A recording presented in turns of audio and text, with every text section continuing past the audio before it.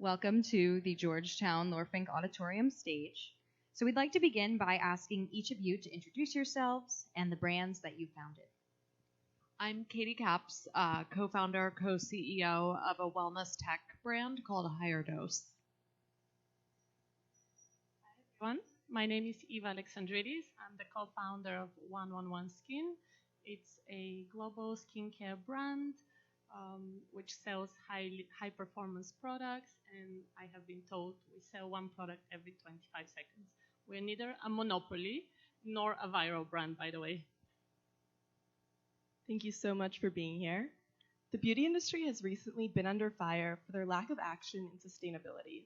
This includes supply chain emissions, raw material extraction, and the fact that beauty packaging amounts to 120 billion units of trash each year.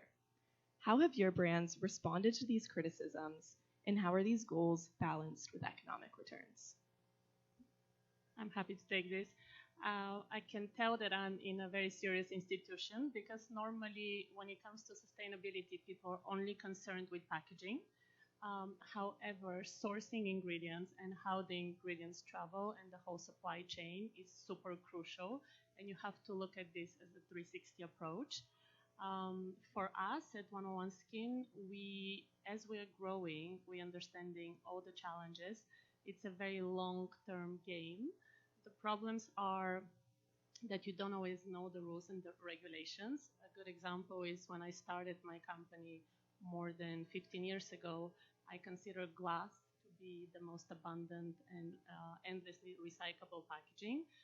Today, there's question marks about glass because of the weight and the way you transport it. So there's many different ways you can aid the process. We have multiple warehouses in 3 different parts of the world because we want to shorten the cycle. But I think the most important change that we as a company are doing is that we have scientifically produced ingredients in a lab versus having organic ingredients that require huge amounts of farming. So I think this is one of the most serious changes that the skincare industry can do.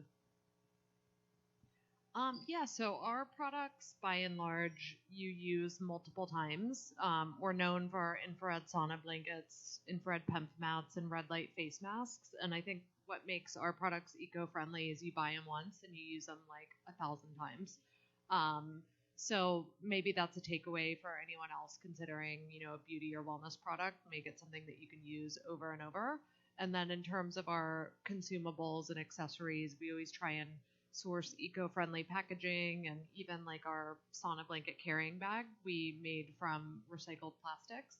So it's definitely top of mind for us whenever we're developing product. Just however we can make it more eco-friendly, we try and do that. Thank you. Beauty and wellness treatments often do not require FDA approval for the claims that they make. What is the industry's standard of proof? How do you ensure that you are selling an honest product to your customers? I'm happy to start. In fact, today, being here in the US, I have to say that this is one of the most unregulated markets. FDA in the US is able to look at claims, but they don't necessarily get involved. We are a global brand. We are in 5 different continents. And for me, I deal with FDAs around the world, many places in Asia, in Australia, in China, actually. You have one of the most regulated markets. So the fact that we have to be globally compliant, we are already abiding by very, very high standards. And I have to say, China, for example, if we wanted to do animal testing, it would have been a very easy entry. If you don't do animal testing in China, you have to go through the most vigorous trialing and testing on all your consumer claims. It's very expensive, it's very lengthy, and I think I'm happy that we have this regulation because we have a duty to the consumers. Yeah, we hold ourselves to a very high standard because our products, by their nature, are something that people are using to detox and improve their health. So the last thing that we want to do is put anything out there in the world that would be detrimental to those goals. So my co-founder and myself really research everything thoroughly before we even consider it as a product we take to our customers. And then we work very closely with our manufacturers to make sure that they're getting FDA clearance if that's required, or if it's not required, that they're getting the appropriate exemptions. And then on top of that, we do our own consumer testing for anywhere from 6 weeks to 4 months before we launch products. So we kind of make sure that we're covered on both fronts, the formal regulatory and then also the feedback from the customers. Great. Katie, HigherDOSE has been recognized for integrating PEMF, pulsed electromagnetic field, for those who are not familiar, technology and products like the infrared PEMF mat. How do you envision this technology evolving within the wellness space, and what are the potential future applications you're exploring? Yeah, I'm really glad you guys asked about that because still I think PEMF is a pretty unknown technology. I liken it to, when we first started our business 7 or 8 years ago, not many people knew about infrared, and it took a lot of time to educate, but now I feel like it's kind of reached the mass markets. And I definitely see that happening with PEMF in the next 3 to 5 years, especially because PEMF is so amazing for sleep. I don't know if you've ever tried our PEMF mat before, but if you lay down on it, there's a 50% chance you're going to take a nap immediately. And if you use like a Oura ring or anything to track your sleep, you'll see that if you actually take a nap on our PEMF mat, you're going to get a ton of REM sleep. And I think sleep in general is such a hot topic in wellness now, which I think is why PEMF is going to become so huge in a few years because it really helps with that.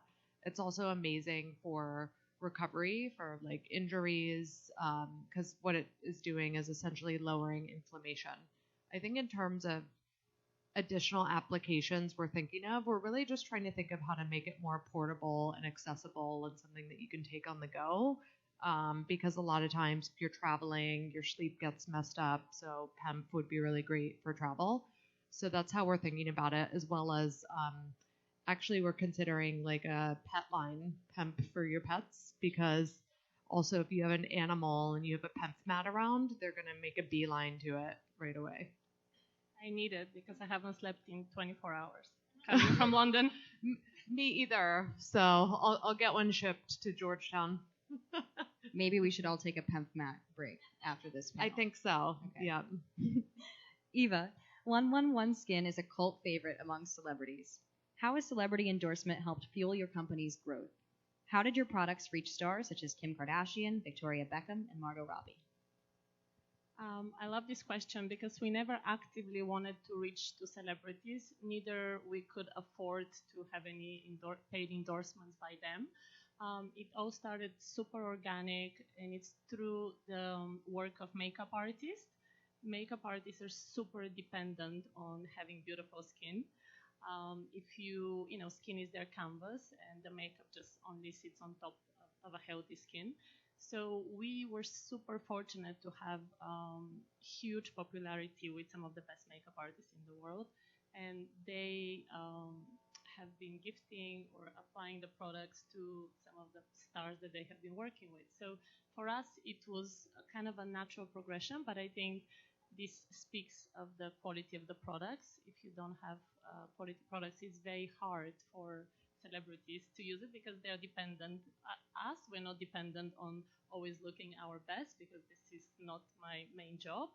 I run a company, but celebrities, movie stars have to look good. So it has been from the people behind the scenes, and I'm super thankful to them. Wow, that's an amazing accomplishment to achieve that organic growth and popularity. To shift gears a little bit, Eva, you sell your products at Bluemercury, and Katie, you sell them at Sephora, among other retailers. Could you each discuss your approach to retail sales and your strategy for choosing which retailers to partner with? Sure. Yeah, I can start with that. So we actually started our business as a location business in New York. We had several spa locations. And then from there, we organically developed our product line because we were trying to essentially figure out how to make our saunas portable. And that's how we came up with our sauna blanket. And then we spent a few years developing other products. And it wasn't until just recently that we really expanded into retail in a big way, namely Sephora. And I think they were always the North Star for us, because our goal was really to take these biohacking technologies to the masses, and we've always had like a beauty component with our products. So I think, we figured one of the best ways of doing that was partnering with a major national retailer. And luckily, their buying team was already familiar with our products. They'd purchased them, they loved them. So it was really just kind of like a perfect fit. And we've already seen, an uptick in our overall business just by virtue of partnering with them online first. And we'll be launching in their stores in August. So really excited to see how that gives the overall business a lift. For us, it's a similar path. We had our first products in our clinic. We have a surgical and non-surgical clinic in London. They were there for 5 years. We didn't have a business plan trying to expand globally. And our first retailer was HigherDOSE in London. It's very hard to say no to HigherDOSE, so they forced us to become a real brand. And in the US, I actually started with Barney's many years ago. The buyer who has been there for many, many years came to us and said that our products have a real point of difference because they are a little bit different in the sense that they're for everyday healing of the skin. And if Barney still exists, I don't think I would be in any other retailers. I love that store. I thought it was absolutely sensational in building cult brands. However, when they went bankrupt, we had to expand somewhere. So we went with Neiman Marcus and Saks Fifth Avenue. After that, Blue Mercury and Cosbar. And they are all different. They all have different clientele. However, ultimately, their clients want exactly the same thing, which is high-quality, performance-driven product that give them visible results. I think we're all still a bit heartbroken over Barney's. So next question. As a leader in an industry that largely caters to women, how do you ensure your products and services empower your female clientele?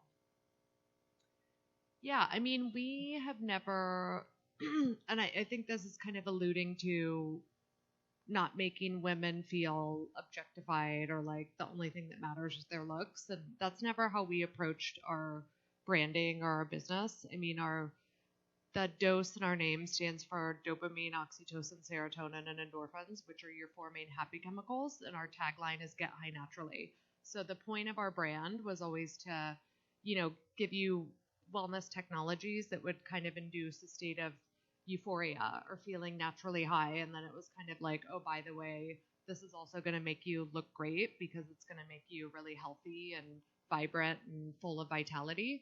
But we never really led with that. And I think that's still very important to us, even as we have gotten more into beauty and gone into Sephora, that I think first things first, we're about feeling good. And I think that message really resonates with people too post-pandemic who are dealing with mental health issues. Like, it's so important to just make sure that you're taking care of your mental health and your mood. And if you do that too, that's going to be reflected in your appearance. I mean, beauty is a very powerful emotion. I think we're super fortunate now that post-COVID, there is a bigger shift towards skincare versus makeup. Makeup is here to stay. Women love makeup, but I think skin comes first. People have learned to understand, touch their skin, appreciate their skin during the time when they couldn't be out and about. And this is very empowering. I think it's important to give people products that do exactly what they say. And through skincare, you can make people feel very confident. And actually, they wear less makeup. If you have beautiful skin, you don't have to mask problems. You actually just enhance them with makeup. That's great. Katie, what other innovative wellness technologies pique your interest? How do you see HigherDOSE expanding in the years to come? And can you share details on any new products you're working on? Yeah, so at the moment, our big categories are infrared, red light, and PEMF, which we talked about. And our red light products have had a really exciting momentum behind them. We launched a red light face mask about 2 years ago, and then a red light neck enhancer, and I think already our red light face mask is like the #3 best-selling device at Sephora, and we just launched there in September. So I think that shows you the market's appetite for red light.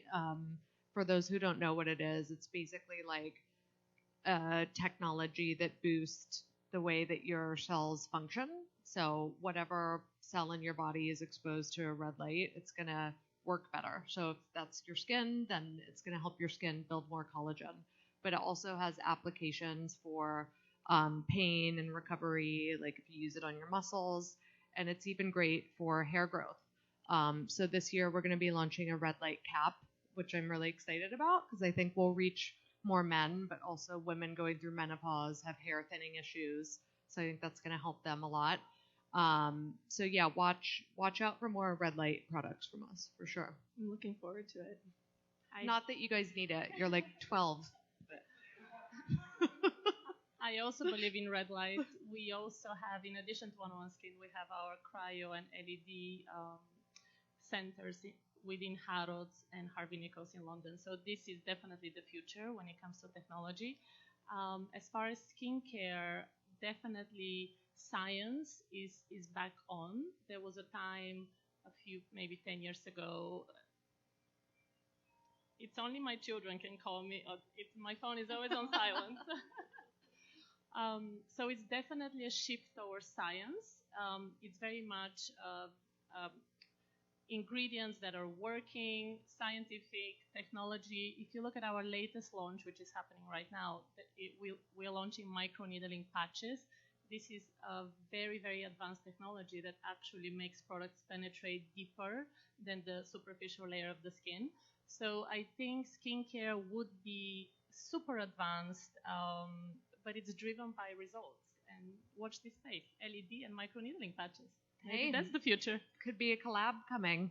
I like it. Great. So this question's for Eva. The Y Theorem Repair Serum has been a standout in 111 Skin's product line. Can you share insights into the research and development process behind this serum and how it represents the brand's approach to skincare innovation? So because of this product, 101 Skin exists. It was a product that was created for our clinic in London to speed up healing after surgical and non-surgical treatment. I think for us the biggest revelation was that people were continuing to use the product way after their visible signs disappeared. And this led us to understand that the skin needs everyday healing. So we're very much about creating this perfect equilibrium with your skin, where we are helping it aid the healing processes and ultimately delay aging. So the first product is still in our clinic. It's given for free to all the patients. However, it helped us create the whole 101 Skin range. And now, as I said, we are in many, many different places around the world. And this is still our #1 best-selling product. Congratulations. To zoom out here, in the next 5 to 10 years, what trends do you both foresee emerging in the health and wellness space? How are your brands preparing for these shifts? Gosh, yeah. I mean, I think it's a really exciting time to be in the health and wellness space, and most industries in general, I guess, with all the advances in technology and AI and just what science is discovering about longevity and health optimization. I think there's going to be a big shift towards more personalized preventative medicine and wellness. So I think people will be going to functional medicine doctors, getting blood work 4 times a year, getting custom vitamins, that sort of thing. And I think also wellness travel is a big trend that we're seeing that we see ourselves playing a part in. So that's definitely kind of where we're focusing in the next few years. We try not to get too medical with our products, but I do think there's going to be a lot of exciting innovations in the wellness space that are more medical.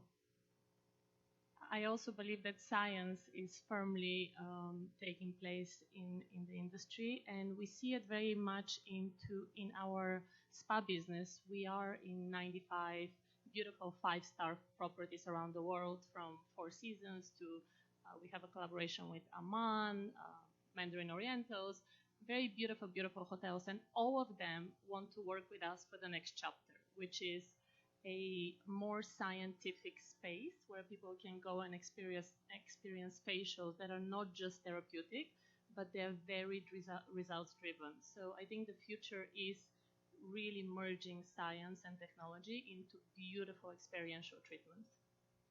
Wonderful. And one last question for you both. What advice do you have for current students who want to be founders, specifically in the wellness space? Yeah, I mean, I think the wellness space, a lot of your success depends on credibility. So the credibility of your products and who you're aligned with. And if you want to be a founder in the wellness space, I'd encourage building relationships with thought leaders now, and get feedback from them on your ideas so that when you do launch, you already have powerful advocates and their voices really make a difference. So yeah, that would be my tip. My advice would be take your education very seriously. If you want to be in the wellness space, definitely, if you can study science, biotechnology, chemistry, but also if you have a chance, take a few business courses. I really regret not taking my business degree very seriously. I've learned a few difficult lessons over the years, and if I knew my finances better, probably I would be more successful now. So if you can merge science and business degree, it would come super, super handy for you. But also, don't have overnight expectations. I have had my company for more than 10 years, and I have been growing the company sustainably. So I think you have to expect around 5 to 7 years before you can see real success. And be patient. You're super young and you have time. Please give a round of applause for Katie and Eva.